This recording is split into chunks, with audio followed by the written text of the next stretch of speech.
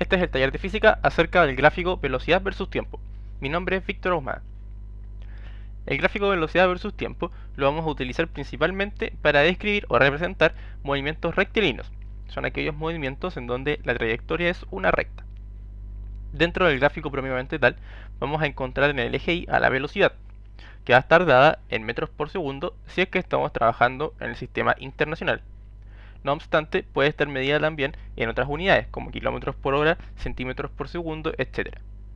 En tanto, en el eje X vamos a encontrar el tiempo, que en el sistema internacional debería estar en segundos, pero también puede estar en otras unidades, como horas, minutos, etc. Un concepto muy importante del gráfico es lo que representa la pendiente, que en este caso representa a la aceleración. Solamente en el gráfico velocidad versus tiempo, la pendiente es la aceleración. En otros tipos de gráficos, la pendiente tiene otro significado. La aceleración o la unidad de la aceleración va a estar dada por la división de las unidades de velocidad y de tiempo. Entonces, si dividimos metros por segundo dividido en segundo, vamos a obtener el metro por segundo cuadrado, que es la unidad de la aceleración en el sistema internacional. Si la velocidad y el tiempo estuvieran en otras unidades, deberíamos hacer su división para obtener la unidad de la aceleración. La pendiente la podemos calcular tomando dos puntos de la recta y aplicando la fórmula que conocemos de matemáticas, y su valor representará el valor de la aceleración. En tanto, el área bajo la gráfica, que sería el área comprendida entre el gráfico y el eje X, representa la distancia recorrida. La unidad de la distancia recorrida va a estar dada siempre por la multiplicación de las unidades de velocidad y de tiempo. Si multiplicamos el metro por segundo por este segundo del tiempo, entonces vamos a obtener el metro, que es la unidad de la distancia en el sistema internacional. Veamos otras características de este gráfico. Por ejemplo, las rectas horizontales representan MRU. En el gráfico que nos presentan acá, solamente en el tramo número 2 tenemos una recta horizontal. Entonces, durante el segundo 40 y el segundo 90 de acá, tenemos un movimiento rectilíneo uniforme. Y eso porque si nos fijamos en este punto, su velocidad corresponde a 30. Si nos fijamos en el punto de acá, su velocidad también es 30. Y en todos los puntos de este tramo, la velocidad siempre es 30. O sea, no sube ni baja. Y si la velocidad es constante, estamos en presencia de movimiento rectilíneo uniforme. En cambio, vamos a encontrar movimiento rectilíneo uniformemente variado en aquellas rectas que tengan pendiente positiva o negativa. En este caso, el tramo número 1 y el tramo número 3 tienen pendientes positiva y negativa respectivamente. Si nos fijamos en el tramo número 1, al comienzo su velocidad era 10 y al final del tramo 1 la velocidad es 30. Eso quiere decir que aumentó de 10 a 30. Entonces estamos en presencia de un movimiento acelerado. Y además aceleró uniformemente. Es decir, que en cada instante la velocidad iba aumentando en la misma razón. Desde 10 hasta 30. Y la pendiente de este gráfico nos va a representar la aceleración. En cambio, en el gráfico 3, la velocidad descendió desde 30 hasta 0. Así que estamos en presencia de un movimiento desacelerado.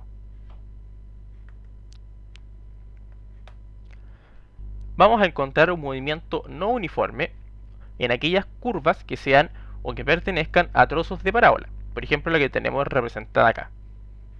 En este caso, el movimiento es no uniforme, porque si nos preguntamos por el valor de la aceleración, como es un gráfico velocidad versus tiempo, entonces la aceleración la vamos a obtener con la pendiente, tal como vimos en un comienzo. Entonces, para calcular la aceleración de este móvil tendríamos que calcular la pendiente, pero nosotros no tenemos conocimiento aún para cómo calcular la pendiente de una parábola, solamente lo conocemos en la recta. Pero sí nos damos cuenta que la inclinación, que es la pendiente en el fondo, la inclinación de este gráfico cada vez se va haciendo más grande. Parte de inclinación 0, casi horizontal, y cada vez la inclinación se va haciendo más grande. Eso quiere decir que la aceleración, que es la pendiente de la gráfica, cada vez se va haciendo más grande. Y si la aceleración está cambiando, eso quiere decir un movimiento variado no uniforme. que precisamente no se estudia en la PSU, pero sí hay que saber reconocer que en este gráfico una parábola representará un movimiento no uniforme. Recordemos que nosotros solamente estudiamos los movimientos rectilíneos uniformes y los uniformemente variados. Algo muy importante también es cómo calcular la distancia recorrida total en un tipo de gráfico como este, en donde tenemos una parte del gráfico por arriba del eje X y otra parte por abajo. Si recordamos lo que decíamos en un comienzo, la distancia recorrida siempre está asociada al área comprendida entre la gráfica y el eje X. Entonces tendríamos que partir calculando esta área de acá, que es un trapecio, o lo podemos descomponer en dos triángulos más un rectángulo. Calculando esta área, llegamos a que nos da 400 metros, ya sea calculándolo como trapecio o descomponiéndola en figuras. El área dentro de esta parte del gráfico simplemente no existe, porque el gráfico justamente está sobre el eje X, así que no se forma ninguna figura. Acá tenemos también otra área que es un triángulo. La obtenemos multiplicando base por altura y dividido en 2, y nos va a dar un área que corresponde a 200 metros. Entonces la distancia recorrida, tal como nos dice acá, es la suma de todas las áreas. Es decir, sumamos 400 más 0, que sería el área en el medio, más los 200 del final. Y obtenemos en total 600 metros.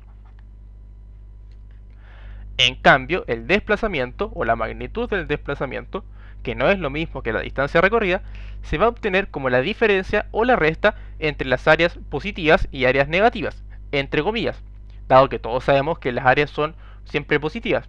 Pero esta área que tenemos aquí abajo, dado que está bajo el eje X, podemos interpretarla como si fuese, entre comillas, un área negativa. ¿Y eso por qué? Porque los 400 metros de la primera área, que está sobre el eje X, representan 400 metros que el móvil anduvo hacia adelante. En cambio, los 200 metros del área que está bajo el eje X representan 200 metros que el móvil anduvo hacia atrás. O sea, avanzó 400 y después se devolvió 200. Y recordando que el desplazamiento es la distancia desde el punto inicial al punto final, entonces si avanzó 400 y se devolvió 200, al final es como que solamente hubiera avanzado 200. O sea, la resta entre las dos áreas, 400 menos 200, nos da 200. Tal como nos dice la fórmula de acá, restar las áreas positivas entre comillas, 400, menos el área negativa, 200, y eso nos da 200 metros, que sería la magnitud del desplazamiento.